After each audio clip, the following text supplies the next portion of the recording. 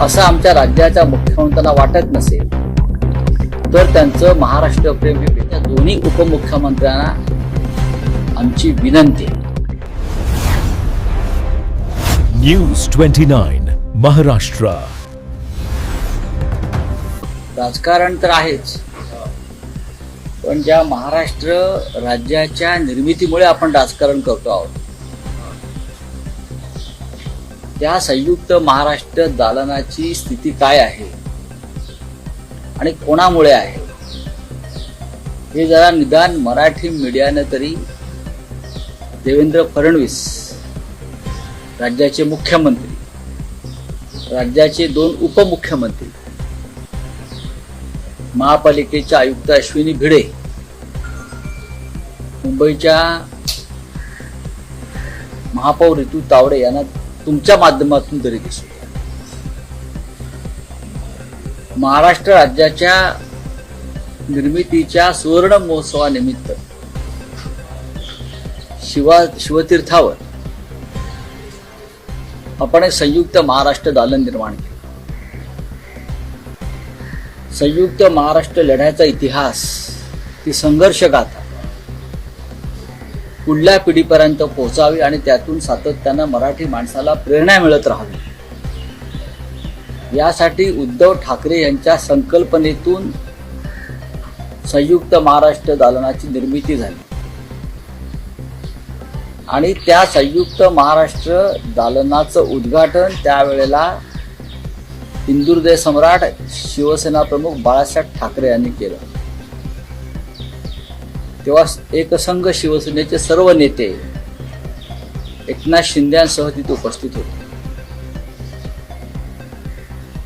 4.5 वर्षाच्या प्रशासनाच्या कारकिर्दीत, म्हणजे भारतीय जनता पक्षाच्या कारकिर्दीत, प्रशासकीय काळ हा भारतीय जनता पक्षाच्या नेतृत्वाचा काळ होता.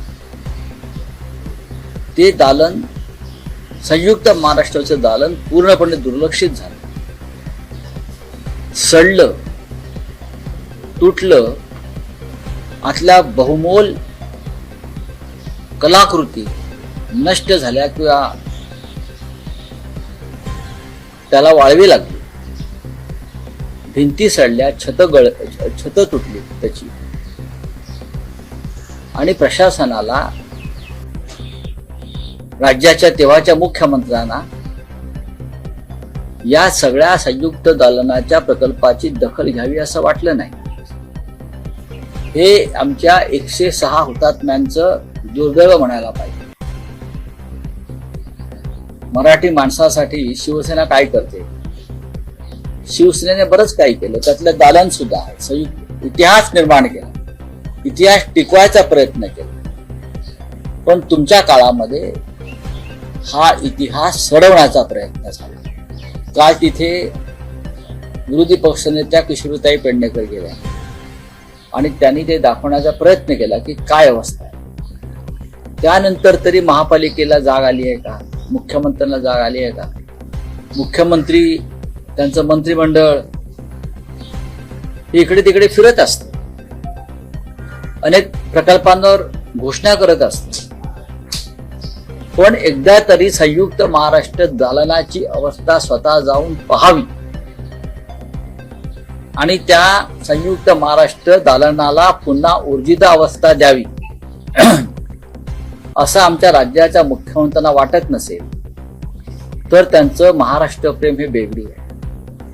आता महाराष्ट्र दिन येईल 1 मेला, तेव्हा हे सगळे जाऊन एक पुष्पचक्र हुतात्मा चौकात अर्पण करतील आणि कार्यभाग उरकतील. त्याने त्या दिवशी संयुक्त महाराष्ट्र दालनात सुद्धा यावं आणि जे शिवसेनेने घडवलं,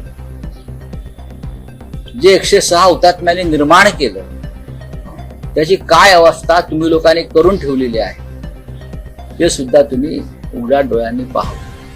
एवढीच माझी राज्याच्या मुख्यमंत्र्यांना आणि राज्याच्या दोन्ही उपमुख्यमंत्र्यांना आमची विनंती आहे.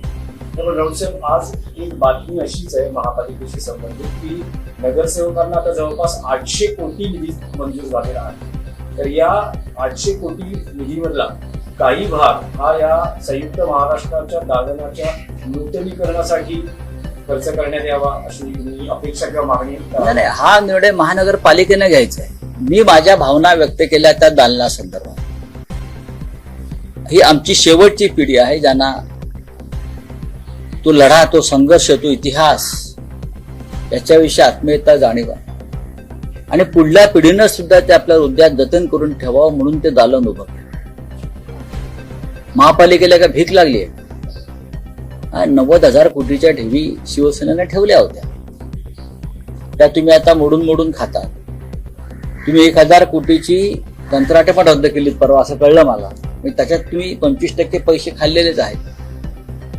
पण हे सगळे खाबुगिरी सुरू असताना कुणालाही संयुक्त महाराष्ट्र दालनाचा विचार करावा असा वाटला नाही आणि विसरच पडला.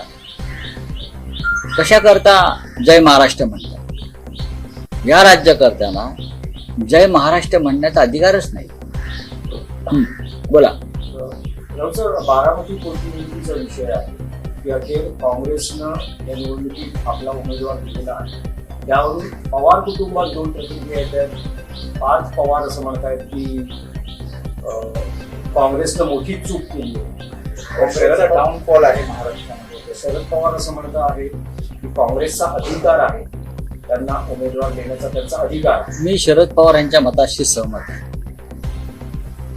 शरद पवार यांनी काँग्रेसच्या स्थापनेपासून त्या पक्षाबरोबर काम केलंय आणि पक्ष जरी सोडला तरी त्यांची विचारधारा ही काँग्रेसचीच राहिली आणि काँग्रेस बरोबरच त्यांनी तुमचं पुढलं राजकारण केलं. त्याच्यामुळे पवारसाहेब जे म्हणतात की